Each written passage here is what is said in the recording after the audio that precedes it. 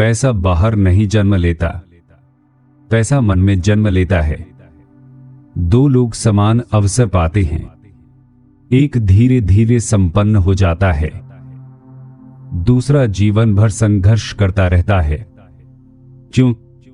क्योंकि पैसा गणित का खेल नहीं है, पैसा व्यवहार का खेल है।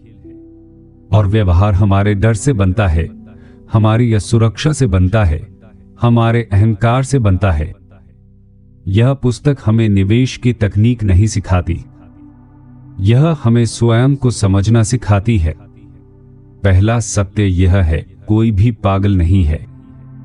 जब कोई व्यक्ति गलत निवेश करता है, हम उसे मूर्ख कह देते हैं, लेकिन हर निर्णय उसके जीवन की कहानी से पैदा हुआ होता है। जिसने बचपन में गरीबी देखी है वह जोखिम से बचेगा।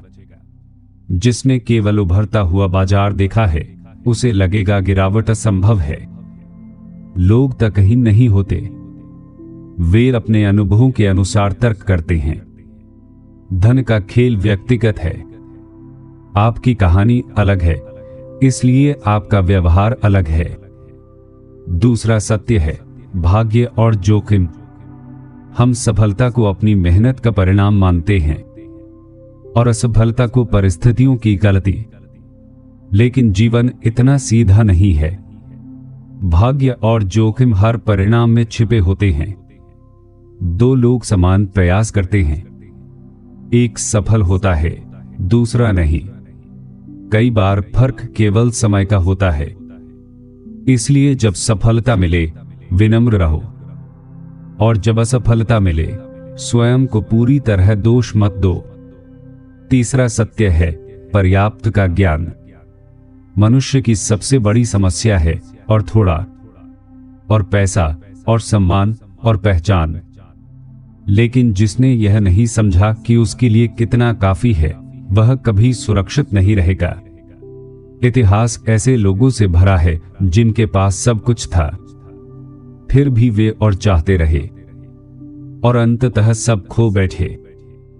धन से अधिक खतरनाक लालच है।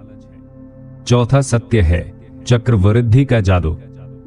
चक्रवृद्धि शोर नहीं करती, वह धीरे धीरे काम करती है।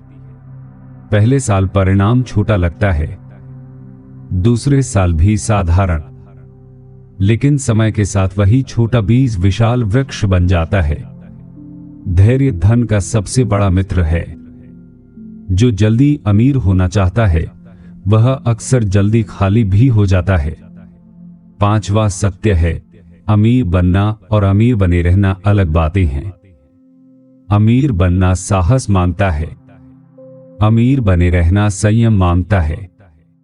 पहले में जोखिम है, दूसरे में विनम्रता है।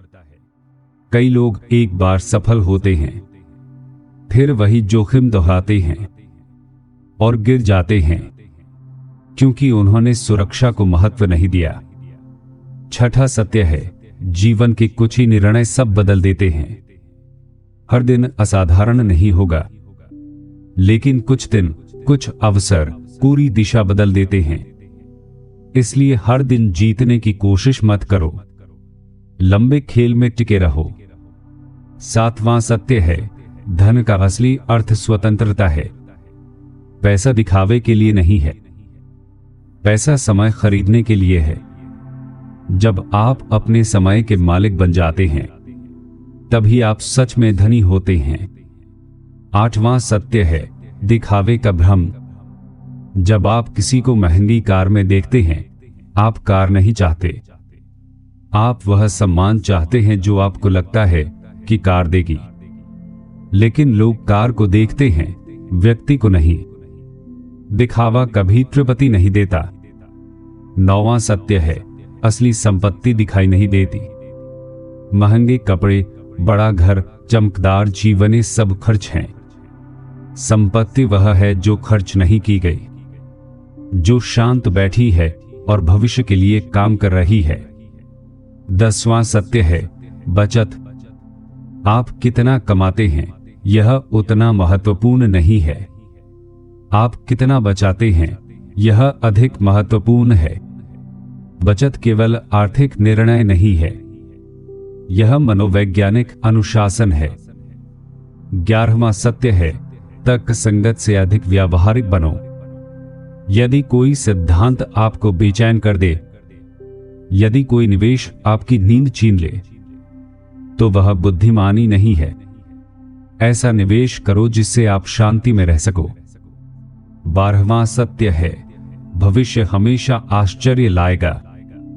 कोई भी भविष्य को पूरी तरह नहीं जानता, इसलिए अपनी योजना में अनिश्चितता के लिए स्थान रखो। 13वां सत्य है, गलती की गुंजाइश। यदि आपकी योजना केवल तब काम करती है जब सब कुछ बिल्कुल सही हो, तो वह योजना कमजोर है। मजबूत योजना वह है जो गलतियों को सह सके। 14वां सत्य है, आप बदलेंगे। आज जो आपको महत्वपूर्ण लगता है 10 साल बाद बदल सकता है। इसलिए दीर्घकालीन योजना में लचीलापन आवश्यक है। 15वां सत्य है, कुछ भी मुफ्त नहीं, हर लाभ की कीमत होती है। बाजार की अस्थिरता ही रिटर्न की कीमत है। यदि आप अस्थिरता सहन नहीं कर सकते, तो लाभ भी नहीं मिलेगा। 16वां सत्य है, अपना खेल खेलो। दूसरों के लक्ष्य आपके लक्ष्य नहीं हैं। तुलना बेचैनी लाती है, स्पष्टता शांति लाती है। 17वां सत्य है, निराशावाद आकर्षक होता है, डर तेजी से फैलता है, लेकिन इतिहास धीरे धीरे प्रगति की कहानी है। 18वां सत्य है, कहानियों की शक्ति। हम आंकड़ों से अधिक कहानियों पर विश्वास करते हैं, इसलिए सजग रहना आवश्यक है। और अंत में, धन का खेल ज्ञान का नहीं, व्यवहार का है। सबसे सफल व्यक्ति वह नहीं जो सबसे अधिक जानता है। सबसे सफल व्यक्ति वह है जो अपने व्यवहार पर नियंत्रण रखता है, जो धैर्यवान है, जो पर्याप्त को समझता है, जो स्वतंत्रता को प्राथमिकता देता है। धन शक्ति है, और शक्ति वही बढ़ाती है जो भीतर है। यदि भीतर शांति है, धन शांति बढ़ाएगा। यदि भीतर लालच है, धन लालच बढ़ाएगा। इसलिए धन कमाने से पहले स्वयं को समझो, स्वयं को संतुलित करो, स्वयं को शांत करो, तभी धन आशीर्वाद बनेगा।